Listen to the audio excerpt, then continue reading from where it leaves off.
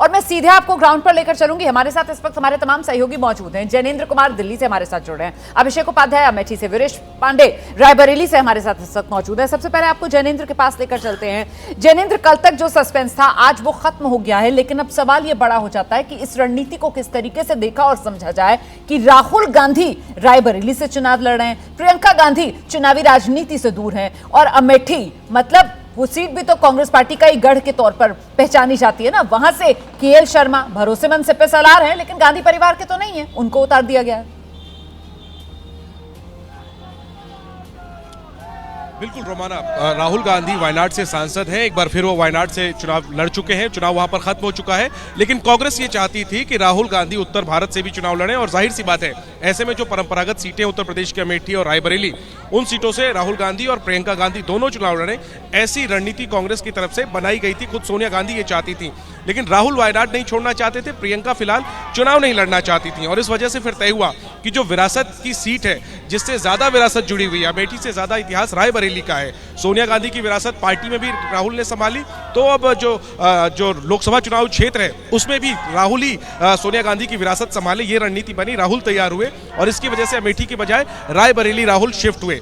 सवाल यह है कि अब प्रियंका गांधी का क्या होगा। प्रियंका गांधी के बारे में इस बार माना जा रहा था कि वो इस बार अपनी चुनावी पारी का आगाज कर सकती है, लेकिन अगर राहुल और प्रियंका दोनों चुनाव लड़ते तो फिर दोनों ही पार्टी के जो बड़े चेहरे हैं, स्टार प्रचारक हैं, वो घिर जाते, अपने क्षेत्रों में ज्यादा उन्हें समय देना पड़ता। इस वजह से तय हुआ कि अकेले राहुल चुनाव लड़ेंगे, प्रियंका पूरे देश में चुनाव प्रचार पर फोकस करेंगी। और बड़ी खबर मैं दर्शकों को अपने ये बता दूं अपने सूत्रों के जरिए कि राहुल गांधी वायनाड और रायबरेली में से जो सीट छोड़ेंगे, अगर हम मान के चलें कि वो वायनाड भी जीतेंगे और रायबरेली भी जीतेंगे, तो जो सीट वो छोड़ेंगे वहां उपचुनाव प्रियंका गांधी लड़ सकती हैं और तब वो चुन करके सदन में आ सकती हैं अगर वो चुनाव जीतती हैं। तो ये आगे की रणनीति है कांग्रेस की, आगे का एजेंडा कांग्रेस का ये है कि राहुल जो सीट छोड़ेंगे, प्रियंका गांधी वहां से उपचुनाव लड़कर पहुंचेंगे। और जहां तक केएल का सवाल है, इंतजार करना होगा पहले 4 जून की तारीख का जब नतीजा है और उसके बाद ये आगे वाली रणनीति वो किस तरीके से आगे कांग्रेस बढ़ाएगी, इसका इंतजार है। फिलहाल जल्दी से आपको लेकर चलते हैं। अभिषेक उपाध्याय हमारे साथ मौजूद है, अमेठी से इस वक्त जुड़ रहे हैं। प्रियंका गांधी आई थी यहाँ पर, लेकिन नामांकन के लिए नहीं रुकी है ना,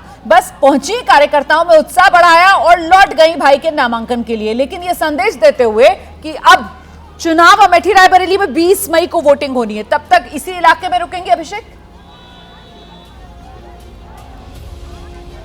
रोमाना, यही संदेश देकर के वो गई हैं, मगर देखिए यहाँ पर संदेश बहुत ही क्लियर है और मैं ये शुरू से कह रहा हूँ कि ये अमेठी और रायबरेली को लेकर के गांधी परिवार की स्ट्रेटजी है।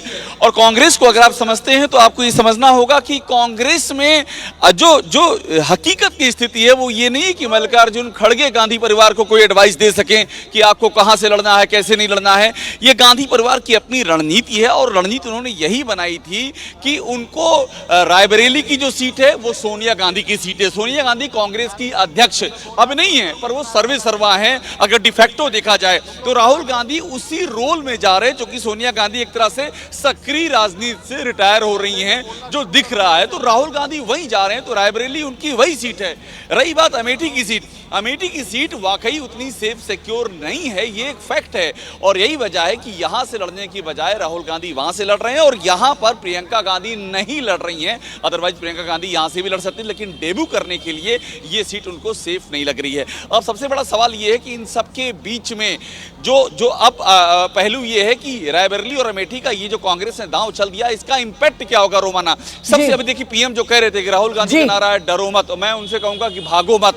तो अब ये जो इंपैक्ट होगा, जो पॉलिटिकल होगा, आप मान लीजिए यूपी की 80 सीटों पर कम से कम यही नारा गूंजने वाला है कि राहुल गांधी ने अमेठी क्यों छोड़ा। ये बीजेपी उठाएगी और राहुल गांधी अमेठी और रायबरेली के आसपास रह करके यहां के जरिए यूपी के चुनाव को गरमाने की कोशिश करेंगे। बिल्कुल, तो एक तरफ कांग्रेस है जो रणनीति के साथ चुनाव मैदान में उतरने की तैयारी में और राहुल गांधी को रायबरेली से उम्मीदवार बनाया गया है, वहीं दूसरी तरफ बीजेपी है जो कांग्रेस की इसी रणनीति को लेकर कांग्रेस पार्टी को घेरते हुए कि राहुल गांधी के लिए प्रधानमंत्री नरेंद्र मोदी कह रहे हैं डरो मत, भागो मत। इस बीच जल्दी से आपको लेकर चलते हैं, वीरेश पांडे हमारे साथ मौजूद है, रायबरेली से जुड़ रहे हैं हमारे साथ। और यही रायबरेली में कितने बजे नामांकन के लिए जोर शोर से निकलने वाला है पूरा गांधी परिवार कांग्रेसी कार्यकर्ताओं के साथ? वीरेश, क्या जानकारी?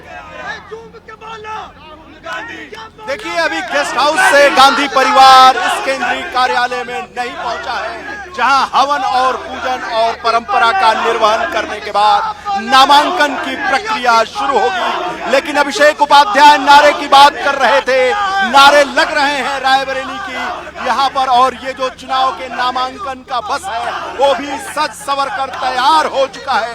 राहुल गांधी इलू इलू तमाम इलू इलू योगी बोले, अमित शाह बोले, मोदी बोले, अरे इलू इलू जोर से बोले, अरे योगी बोले, राहुल गांधी किसान बोले, दिल्ली बोले, अमेठी बोले, देश बोलो, जोर से बोलो, क्या बोलोगे?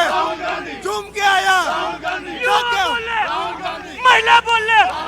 तो ये नारे हैं, जो नारे वहां पर गूंजते हुए सुनाई पड़ रहे हैं, विरेश के साथ कांग्रेसी कार्यकर्ता हैं। और जिस बात का जिक्र हम पहले भी कर रहे थे कि जिस तरीके से राहुल गांधी अमेठी नहीं रायबरेली से चुनाव मैदान में उतर रहे हैं, इससे कांग्रेसी कार्यकर्ताओं का रायबरेली में जोश कितना हाई है, इन नारों को देखकर आप समझ गए होंगे। लेकिन फिर भी लोगों के मन में यह सवाल कि आखिरकार अमेठी छोड़कर रायबरेली सीट बदलने के पीछे आखिर क्या है पहेली। इसी पहेली को सुलझाएंगे वरिष्ठ पत्रकार यहां स्टूडियो में हमारे साथ मौजूद हैं।